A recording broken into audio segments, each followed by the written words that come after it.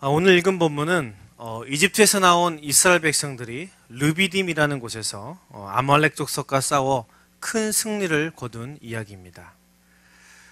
이 이야기는요, 우리가 잘 알듯이 광야를, 사막을 지나는 이스라엘에게 이 아말렉 족속이 갑자기 쳐들어와서 싸우게 되었는데요. 산 아래서의 싸움이 산 위에서 벌어지는 상황에 따라서 달라진다는 내용이죠. 지금 그 광야에서는 한창 이스라엘과 아말렉이 전쟁 중인데, 이 산 꼭대기에 있는 모세의 손이 올라가면 이스라엘이 전쟁에서 이기게 되고, 손이 내려오면 아말렉이 이기게 되죠. 어떻게 해요? 이 아론과 훌이 이 모세의 양쪽에서 손을 붙들어 팔이 내려오지 않도록 해서 끝내 아말렉을 쳐서 이기게 된 사건입니다.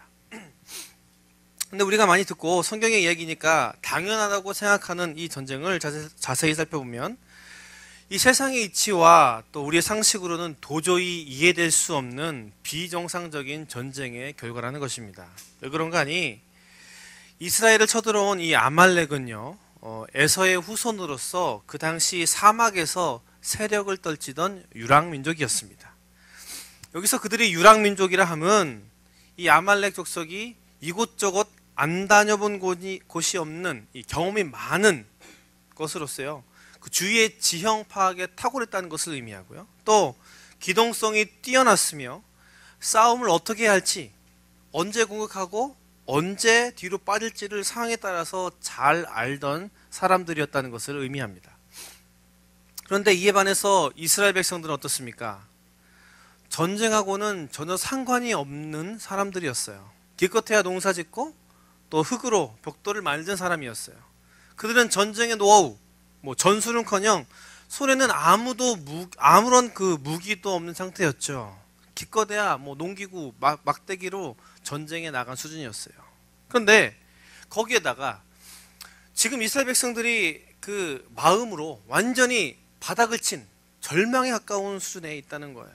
또 갈기갈기 찢어져 있고, 여러분, 아무리 물리적인 그런 전력에서 밀린다고 해도 정신적인 부분에서 단결되고 또한 무장되어 있으면 뭔가 일말의 가능성이라고 있을 수 있잖아요. 그런데 그들에게는 그런 게 전혀 없었다는 것이죠. 요즘 저는 우리나라 축구 대표팀을 보면 좀 희망을 가져볼 수 있는 게요, 비록 아직 눈에 보이는 성적은 딱 나오지 않았지만 또 개개인으로 볼 때 이 선수들이 세계적인 탑 클래스에는 들지 못하지만 우리나라 특유의 정신력 혹은 단결의 모습이 다시 보이기 시작한다는 거죠. 예. 축구 대표 감독이 누구죠? 홍명보 감독인데, 그 감독의 그 축구 철학이 원팀, 원스피릿, 원골.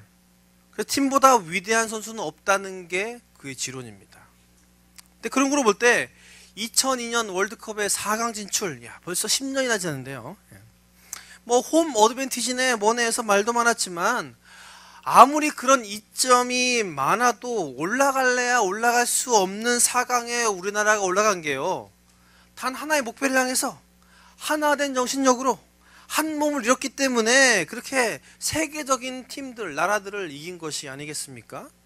당시 제가 다시 찾아보니까 당시 유럽에서 뛰던 해외파가 겨우 2명인 걸로 기억할 때에 이탈리아, 스페인, 포르투갈을 연달아 이긴 것은 기적에 가깝습니다.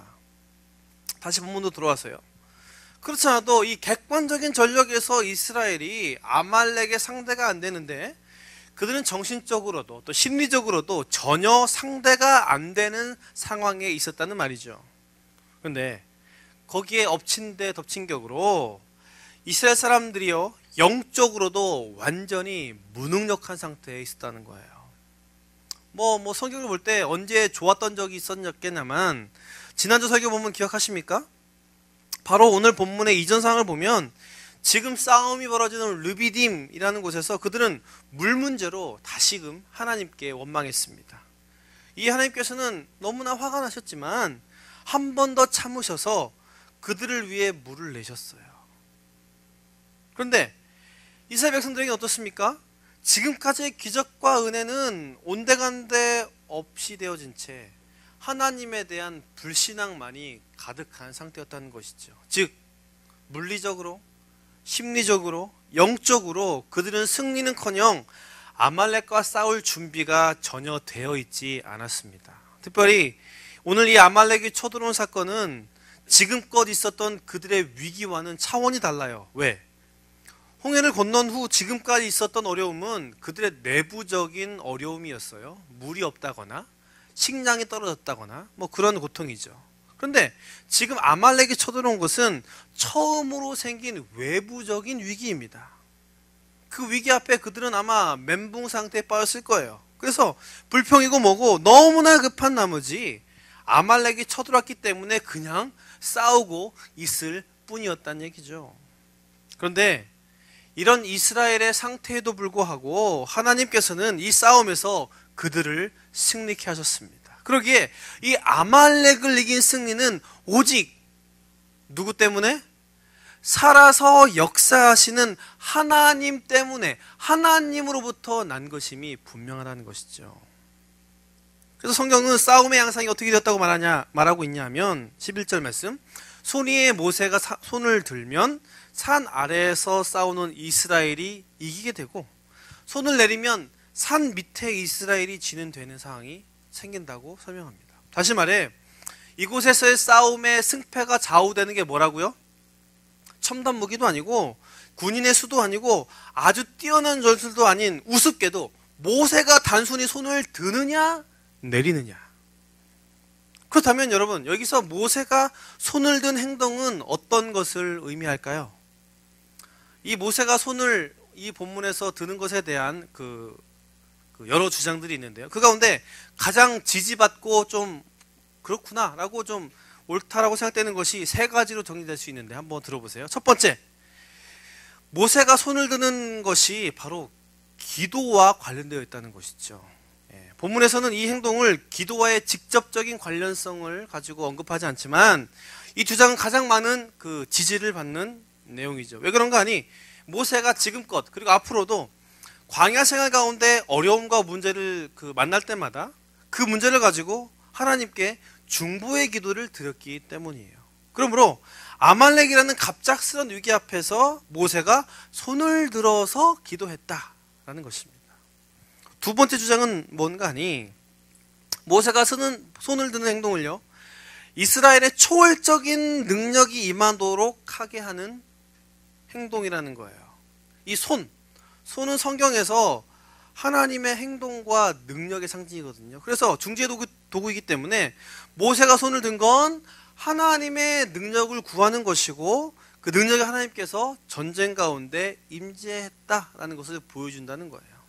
마지막으로 세 번째, 이것은요 유대의 랍비들이 주장하는 건데요, 이것은 상징일 뿐이고 실제로 모세가 손에 전쟁의 깃발을 들고 있었다라는 주장입니다.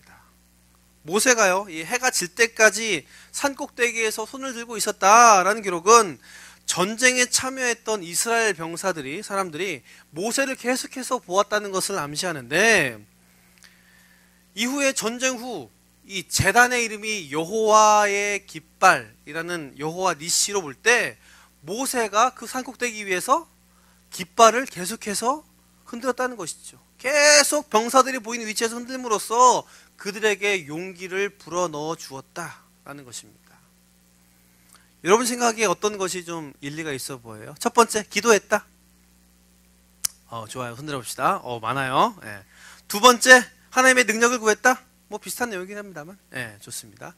세 번째, 깃발을 흔들었다. 야야. 없군요.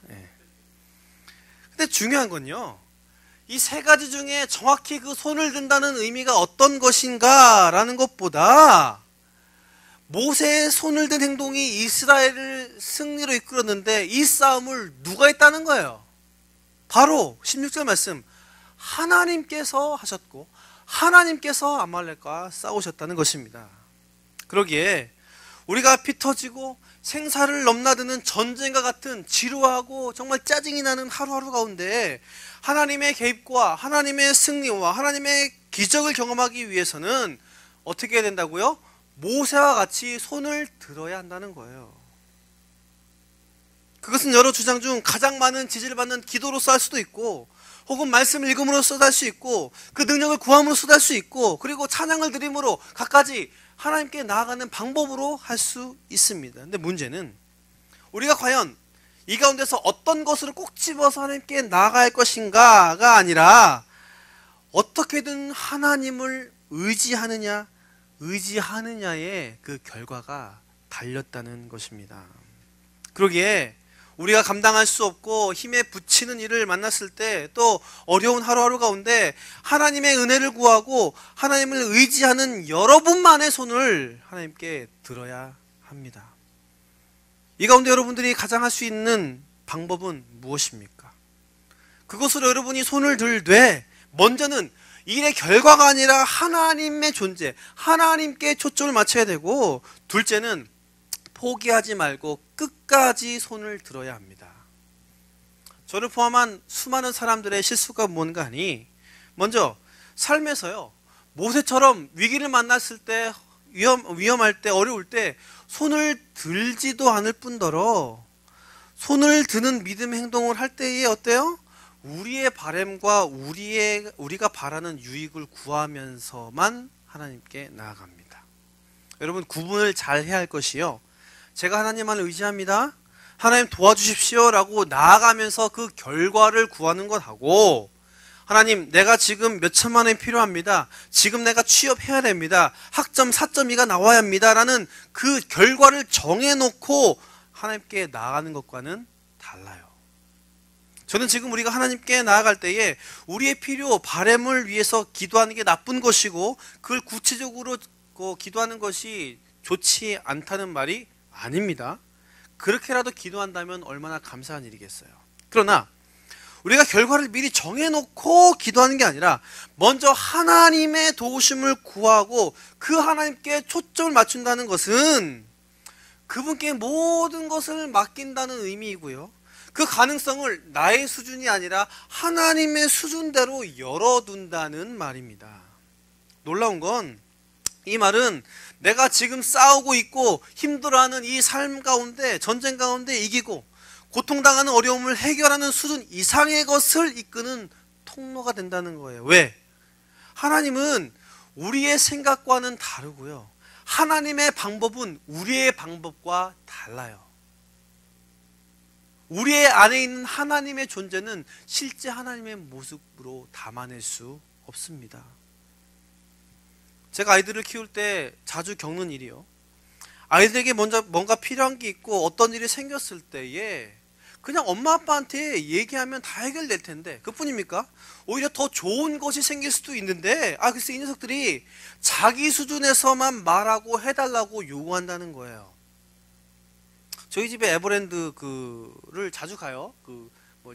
1년 회원권이 있어서 자주 가는데, 여러분 저번에도 제가 설교 때 얘기했지만, 놀이동산 가면 그 노는 것뿐만 아니라 거기에서 파는 것, 또 보이는 것 다 포함된 거예요. 그죠? 가서 먹을 거 다 먹고 살 것도 다 사요. 예? 그런데 얼마 전 갔는데 너무 더웠잖아요. 이번 여름이요. 너무 더우니까 막 목도 마르고 막 그러다 보니까 가는데 아이들이 막 아이스크림 사달라고, 아이스크림 먹고 싶어요 막 조르는 거예요. 근데 그렇지 않아도 저희 부부가 너무 더워가지고 물을 좀 사서 먹으려고 했고, 좀 물 좀 먹고 난 뒤에 땀 식힌 뒤에 좀 아이스크림도 사주려고 했어요. 그래 좋잖아요. 그죠? 나도 먹고 싶어 아이스크림. 근데 이 녀석들이요, 이 가까이에 보이는 매점에서 물을 먼저 사고 아이스크림을 사준다고 해도 안 된대. 무조건 아이스크림 사달래. 마음에 사준다고 생각하고 있으니까 문제될 건 없는데, 여러분 덥다고요, 무작정 아이스크림만을 먹으면 당장 시원할진 몰라도 다시 그 더운데 돌아다니면 바로 목마르고요, 더 갈증이 나요.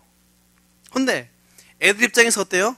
물을 먼저 사면 제딴엔 물만 먹으라 하고 아이스크림을 나중에 사줄까봐, 혹시 안 사줄까봐 손을 들고 아이스크림부터 사달라고 아우성을 친다는 거죠. 그래서 사줬어요. 그런데 바로 어떻게 됐겠습니까? 시간이 얼마 지나지 않아서 또 목마르다고 난리예요. 목말라 죽을 것 같다, 더 못 걸어가겠다, 어버 달라. 애고 어른이고요, 나이 들면서 느는 것은 엄살밖에 없어요. 아니, 알아서 안 챙겨줄까봐, 안 사줄까봐 그렇게 그 수준대로 요구한다는 것이죠.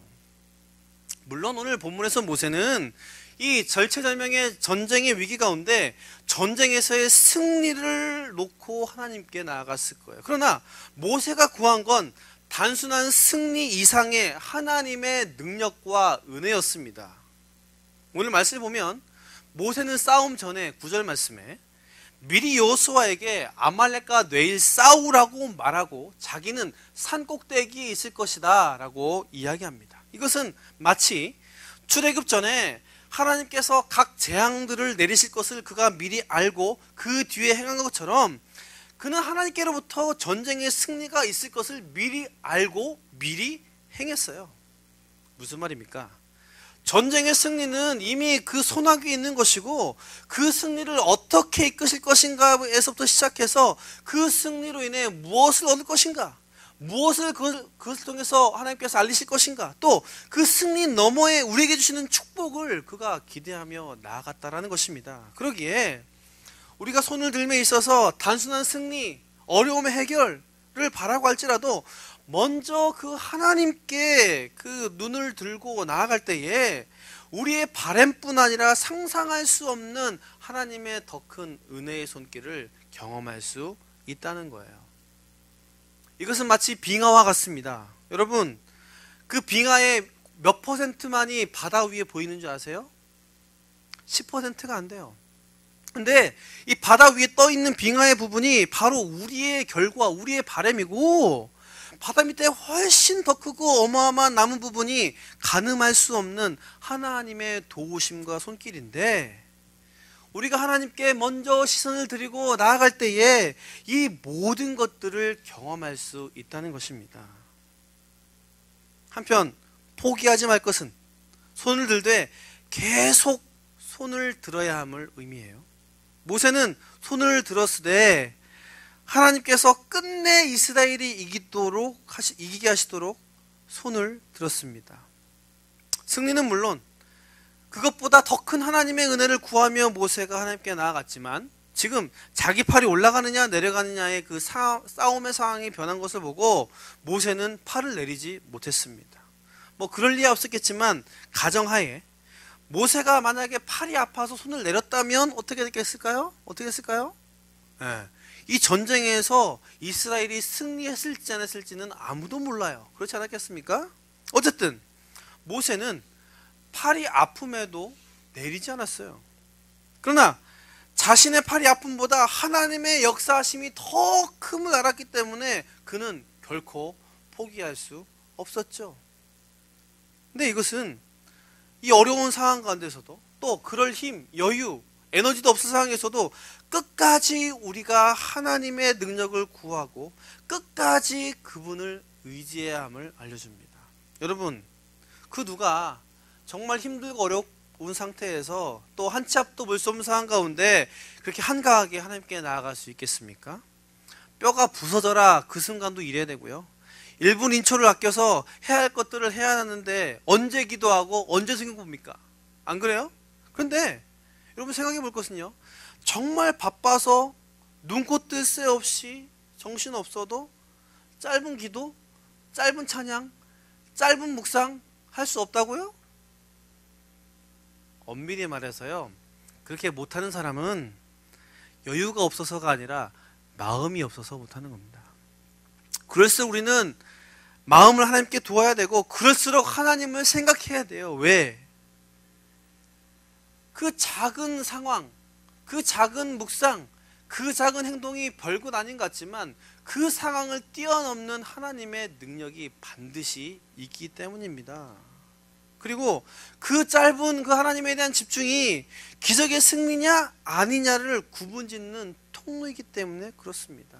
물론 우리가 손을 드는 그 행동 자체로만으로는 하나님의 능력을 이끌 수 없어요. 우리의 모습, 행동으로 하나님의 존재나 성품을 바꿀 수 없습니다. 그러나 하나님께서는 그렇게라도 우리가 하나님께 반응하기를 원하세요. 왜? 우리가 그의 자녀니까. 그 마음을 보시고 그 생각을 보시고 하나님께서는 지금 현재 우리 가운데 가장 좋은 것들을 주시기 원하고 좋은 방법으로 이끄시기를 원하시기 때문에 그렇다는 거예요. 2주 전에 우리가 추석을 보냈잖아요. 우리가 뭐 집을 가기도 하고 고향에 가기도 하고 뭐 친척들을 만났을 텐데, 우리가 가면 우리가 정말 끝내주는 자녀라서 부모님에게 좋아하시는 걸까요? 예? 정말 멋진 우리 아들, 딸.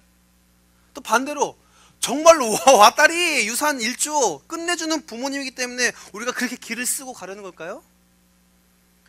아니에요. 부족하지만 그 함께하는 시간, 그 얼굴 보는 것만으로도 우리에게 기쁨이 되기 때문에, 가족이기 때문에 그 어떤 모습이든지 반가워하고, 하나이기 때문에 어려움에 가슴 아파하고 어떻게든 그 어려움들을 해결해 주려고 하는 것들이 있잖아요.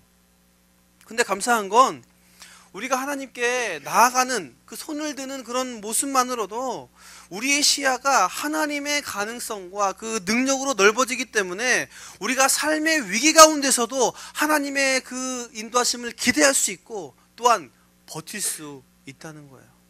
따라서 이런 사람은 설사 하나님께서 지금 당장 구원하시지 않더라도, 응답하시지 않더라도 실망하지 않아요. 좌절하지 않습니다. 왜냐하면 바다 위에 보이는 것과 비교할 때 바다 아래에 엄청난 크기의 빙하가 숨겨진 것처럼 더 크고 놀라운 하나님의 일이 있을 것을 기대하기 때문입니다. 따라서 그들은 상황에 따라서 기뻐하거나 슬퍼하지 않습니다. 하나님의 손길을 기대하며 인내할 수 있어요. 그러나 반대로 나의 결과를 정해놓고서 기도할 때, 그리고 계속해서 하지 않을 때는 어떻습니까? 내가 생각했던 시간, 내가 기대하는 결과가 안 나올 경우에 그렇게 되지 않음에 실망하고, 하나님이 과연 살아계신가? 하나님이 정말 나를 위한 분이신가를 생각하게 돼요. 불신을 갖게 된다는 것이죠. 그렇기 때문에 우리는 하나님께 손을 들며 있어서 전적으로 손을 들어야 하고요, 구함으로 나가야 하고 끝까지 해야 합니다. 이것이 바로 모세처럼 우리가 손을 드는 거예요. 우리가 항복할 때 어떻게 합니까? 손을 든다는 것인데, 이 항복이 뭐예요? 내 목숨, 내가 가진 거 다 네 거다. 이제 너한테 속했다. 네가 주인이다. 네가 알아서 해라. 네가 어떻게 하는지 난 상관없다. 이런 뜻 아닌가요? 근데 언제까지 손을 들어요? 항복 내리나요? 아니죠. 나를 사로잡은 자, 나의 주인이 된 그 사람이 있는 곳으로 갈 때까지, 그 사로잡은 자가 나를 부리기 시작할 때까지 손을 들고 나아가야 합니다. 이럴 때 우리가 하나님의 온전한 뜻, 또 하나님의 귀한 능력, 은혜뿐만 아니라 내 삶의 주인으로서 내 생명, 내 미래, 나의 가야 할 길뿐만 아니라 나의 전쟁, 나의 고통까지 하나님께서 책임지시고 감당하실 줄 믿습니다. 근데 한편 우리가 한 가지 더 주목해서 볼 건요, 모세가 손을 드는 데 있어서 바로 아론과 훌의 도움으로써 계속해서 손을 들 수 있었다는 것이죠. 여러분, 손을 들고 있는 것 별거 아닌 것 같지만 정말 힘든 일이에요. 그죠? 그래서 저희 집 아이들은 항상 혼날 때 손을, 양팔을 귀에 딱 붙이고 들고 있는데 1, 2분도 안 지났어 애들이 죽으려고 그래. 지금 생각해보니까 2분도 참 길어요. 그래서 애들이 참 힘들었네. 아무튼 막 땀을 막 뻘뻘 흘리고요, 좀 하려고 하면, 제 딸내미 같은 경우에는 팔이 너무 아픈데 아빠가 무서워가지고 팔을 내릴 수는 없고, 그러니까 막 흐느껴서 울어요. 막 울어요. 막 그걸 보고 있느라면 가슴이 찢어질 것 같아요. 그래서 참 생각 같아서는 5분 더 하게 하고 싶지만 바로 내리라고 해요. 왜? 저도 그 고통 아니까. 학교 다닐 때 벌 많이 받아서 그 느낌 아니까. 바로 내리라고 해요. 근데 그런 거 생각할 때에 모세의 경우에 팔 드는 게 얼마나 힘들었을까요? 이 전쟁이 일어났을 때에 모세의 나이가요 80세가 넘었어요. 물론 성경에서는 그때도 기력이 쇠하였지 않다라고 얘기하지만, 상상해보세요. 80 노인이 산꼭대기에서 죽을 똥 살똥 팔을 부들부들 떨어가면서 들고 있어요. 그냥 벌 서는 것이라면 요령이라도 피우겠는데, 자기 팔 드는 것에 자기 백성들 한 민족의 운명이 달려 있어요. 절대 내릴 수가 없죠. 그래서 너무 힘들어가지고 조금이라도 내려올라 치면 어떻게 해요? 바로 전쟁에서 이스라엘이 지게 되니까 다시 악착같이 들 수밖에 없었어요. 하지만 악으로도 정신력으로도 버틸 수 없는 한계가 왔어요. 그런데 모세의 양팔을 아론과 훌이 양옆에서 해가 질 때까지 옆에서 그것을 잡고 들므로써 아말렉을 완전히 쳐부수는 기적이 일어났다는 거예요. 근데 이것은 하나님의 공동체, 또 하나님의 이름으로 모이는 사람들이 어떤 모습으로 하나님께 나아가야 할지를 우리에게 또한 알려줘요. 그것은 아론과 훌과 같이 모세의 팔을 계속 흔드는 것처럼 우리 모두가 하나 된 모습, 즉 개개인이 아니라 완전히 연합하는 것입니다. 그때 하나님께서는 아말렉을 죽이는 결과를 그 백성들에게 주셨듯이 은혜의 손길과 기적의 승리 역시 우리에게 주신다는 거예요. 그런 의미에서 그리스도인들의 영적 싸움은 산 아래의 싸움이 아닙니다. 바로 하나님 앞에서 나 자신을 넘어서 우리가 하나 되는 싸움이에요. 우리가 삶의 어려움을 극복하기 위해서, 또 싸움에서 이기기 위해서, 그리고 하나님의 능력을 경험하기 위해서는 각 가정이 하나가 되어야 하고, 나의 친구와 하나가 되어야 하고, 각 셀이 하나가 되어야 하고, 우리 모두가 영적으로 하나가 되어야 합니다.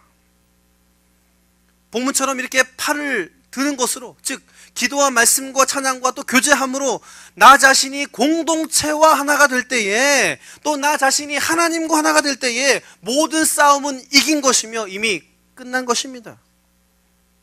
하나님께서는요, 함께 연합할 때에 더 크고 놀라운 일들을 이루셨어요. 왜? 하나님의 존재 방식이 공동체예요.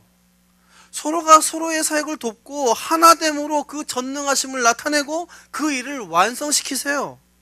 그런데 우리가 누구의 형상을 따라 만들어졌어요? 하나님.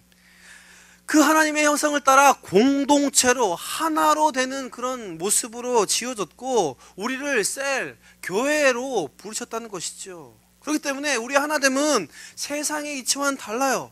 더 크고 놀라운 풍성함이 있습니다. 전도서 4장 12절 말씀, 진실로 다시 너에게 한 사람이면 패하겠거니와 두 사람이면 맞설 수 있나니 세 겹줄은 쉽게 끊어지지 아니하느니라. 마태복음 19장 20절, 진실로 다시 너에게 이르노니 너희 중에 두 사람이 땅에서 합심하여 무엇인지 구하면 하늘에 계신 내 아버지께서 그들을 위하여 이루게 하시리라. 두세 사람이 모인 곳에 나도 그들 중에 있느니라. 하나님께서는 서로의 안에 거하시는 공동체이시기 때문에 우리가 예수 그리스도로 하나가 될 때 이 하나님의 공동체는 우리 안에도 거하시게 되고요, 그 안에 거하심으로써 하나님의 능력이 우리 가운데 있게 된다는 거예요. 그래서 단언컨대 세상에서 가장 완벽한 연합은 그리스도 안에서의 연합입니다. 할렐루야.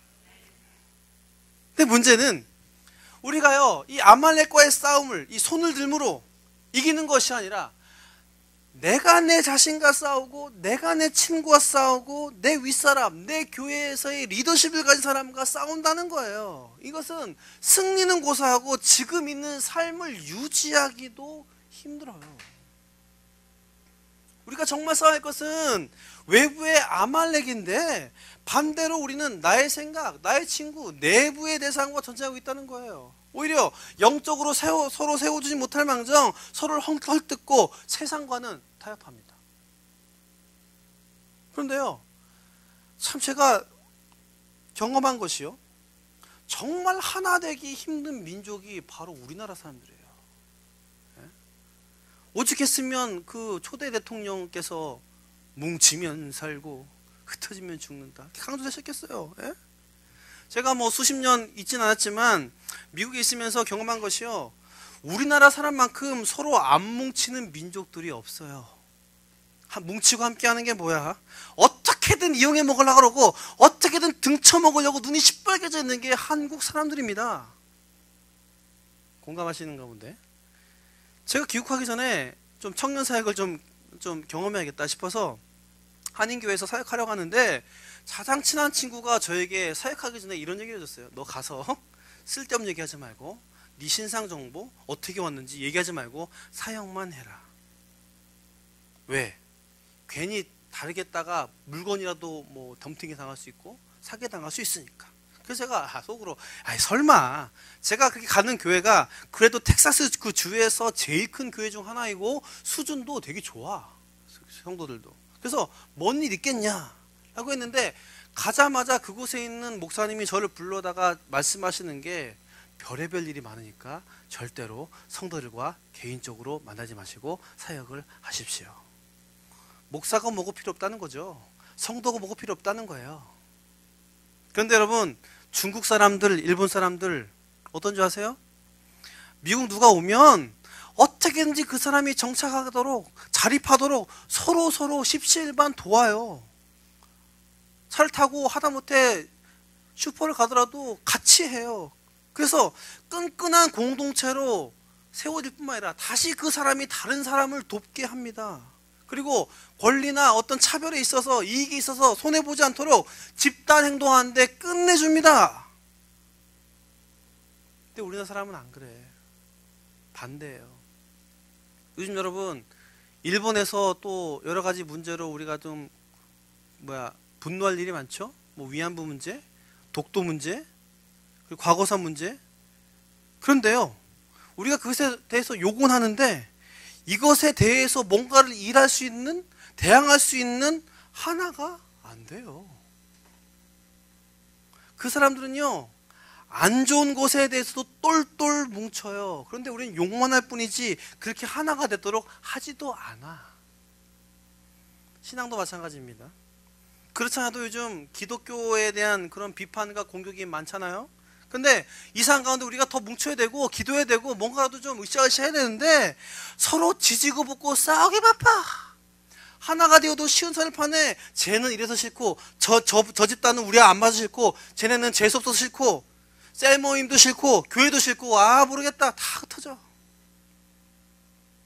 지금 제가 그렇다고 완전한 합체 얘기하는 겁니까? 제가 얘기하는 것은 믿음으로 그들을 받아들이고 함께 하자는 거죠. 부족한 부분 있어요. 그러나 그걸 덮어주고 가능성을 보자는 거죠. 부족한 부분은 하나님의 은혜로 채우자는 거죠. 그런데 그때 능력 있고 그때 하나님께서 역사하신다는 거예요. 그런 면을 볼 때 하나님의 기적, 하나님의 승리 참 어이없고요, 멋이라고는 찾아볼 수 없습니다. 여러분, 여리고성이 어떻게 무너졌어요? 좀 멋있는 그 기계 발견해서 우와 막 이렇게 뭐 신기전 같은 거 만들고 막 뛰어난 전술을 막 해가지고 막 이겼으면 얼마나 좋아, 얼마나 간지나, 이야기하기도 좋아. 그런데 그 성을 돌면 된대요. 돌면 무너뜨리시겠대. 아무 말 말고 그냥 돌래. 근데 또 이스라엘 백성들 그냥 돌았어. 걔네 진짜 돌았어. 오늘 이긴 아말렉과의 기적 같은 승리? 싸움을 하는데 손 들면 이기고 손 내리면 진대. 이 폼생폼사, 이 세상에서는 전혀 써먹을 수 없는 재미없는 전쟁이에요. 하지만 여기에 하나님의 능력이 있다는 거예요. 그렇기 때문에 하나님이 이기게 하신 것이고 하나님이 하나님 되심을 드러냈다는 거예요. 단지 우리가 연합하기만 하면 될 뿐. 제가 연합이라고 하니까 되게 어렵게 생각할 수 있는데요, 이 연합은 그리 어려운 게 아니에요. 한 마음으로 함께 하면 됩니다. 가정에서, 셀에서, 교회에서 기도하되, 기도할 때 기도 제목 그냥 혼자 가지고 기도하지 말고 같이 나누어서 기도하고, 어떤 훈련을 받으면 서로 잘 훈련 받을 수 있도록 도와주고 이끌어주고 챙겨주고 격려하고, 어떤 섬김이면 끝까지 최선을 다해서 돕고 채울 수 있는 것이 연합하는 것입니다.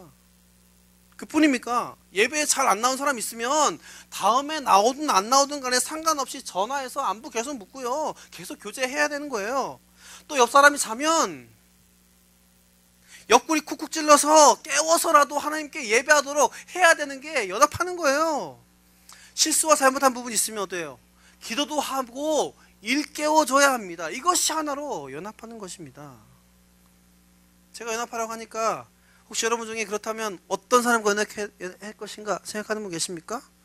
하되 친한 친구와 하세요. 하되 거기에 다른 사람 한 명이라도 더 초청해서 함께 하십시오. 예. 단순히 서로 마음이 뭐 맞고 편하다고 그렇게 하면 그냥 친목 모임 이상으로 될 수밖에 없거든요. 우리는 하나님의 몸이요, 영적인 공동체라는 것을 잊지 말고 친한 사람과 하되 한 명 더, 또 약한 사람 한 명 더 데리고 와서 함께 하는 것이 중요합니다. 무엇보다 서로 함께 한다, 동역자로서의 그런 편함과 동시에 서로를 향한 거룩한 부담감이 있어야 하고 서로 다른 부분으로 자극이 될 수 있는 사람과 함께 해야 한다는 거예요. 그러기에 이번 기를 통해서 잘 알지 못해도, 잘 맞지 않더라도, 그리고 저 사람에게 내가 어떤 그런 도움을 받을 수 있을까? 반대로 뭐 그런 도움이 될까? 의심이 들어도 손을 먼저 내밀고 함께 볼 때에 하나님의 은혜가 연합한 우리를 통해서 역사하신다는 것이죠. 오늘 본문에도 아론과 훌이 양쪽 팔을 모세 옆에서 들었다고 하는데, 사실 아론과 훌은요 모세의 친척이기 때문에 가까운 사이니까 도왔다고 생각할 수 있어요. 그런데 여러분, 이 팔을 드는 것으로 모세를 돕는다고 생각할 때 아론과 훌은 조건상 꽝이에요. 왜? 모세가 아까 몇 살이라고요? 전쟁이 났을 때? 80 넘었어요. 글쎄요. 근데 아론과 훌은 모세보다 나이가 훨씬 많은 사람이에요. 그러니까 그 할아버지들이 돌을 바치고 모세 팔을 붙들었다 한들 얼마나 있겠습니까? 팔을 드는 것을 돕는 것으로 치면 쌩쌩한 20대, 30대 젊은 남자가 하는 게 훨씬 효과적이죠. 하지만 어쩌면 팔을 잡고 붙드는데 무능력한 사람일 수 있었던 아론과 훌을 통해서 하나님께서는 모세의 팔이 내려오지 않게 하사 끝내 아말렉을 완전히 무찌른 기적의 승리를 일으키셨습니다. 그것으로 볼 때 진정한 연합은 조건을 보고서가 아니라 진심으로 함께할 옆에 있는 동역자를 찾고 함께 하는 것입니다. 사랑하는 여러분, 여러분 가운데 지금 당해 있는 어려움, 고통, 또 매일매일 고비를 넘기게 하는 여러분의 전쟁은 과연 무엇입니까? 이 시간 전쟁과 같은 그 삶 가운데 승리하기 위해서 하나님께 손을 들기를 주의 이름으로 축원합니다. 또 손을 들매 함께한 사람들과 끝까지 연합함으로 하기를 주님의 이름으로 축원합니다. 오늘 하나님께 손을 들며 서로 함께하는 우리에게 아말렉과의 전쟁 가운데 주신 승리를 동일하게 우리에게 주실 것이고요, 그 기적을 우리 삶에 하나님께서 그대로 역사하실 줄 믿습니다. 그 은혜가 우리 삶 가운데, 또 우리 가정 가운데, 셀 가운데, 교회 가운데 넘쳐나기를 주님의 이름으로 축원합니다. 말씀의 결론을 맺겠습니다. 오늘 이 전쟁에서의 승리 후에 모세는 그곳에서 제단을 쌓고 그 제단의 이름을 여호와 니시라고 지음으로써 하나님이 어떤 분인지를 나타냈습니다. 이 여호와 니시는 하나님은 나의 깃발이라는 의미입니다. 즉 하나님은 승리케 하시는 분이라는 거죠. 근데 이 깃발, 요즘에는 그 깃발이 어떻게 생겼어요? 막대기에 각종 무늬를 새겨놓은 천을 붙여서 사용하는데, 이 고대에는 이 깃발이 다른 형태로 있었다는 거죠. 아주 긴 나무 끝에 반짝반짝하는 금속을 붙였던 것이 깃발이었다고 그래요. 그래서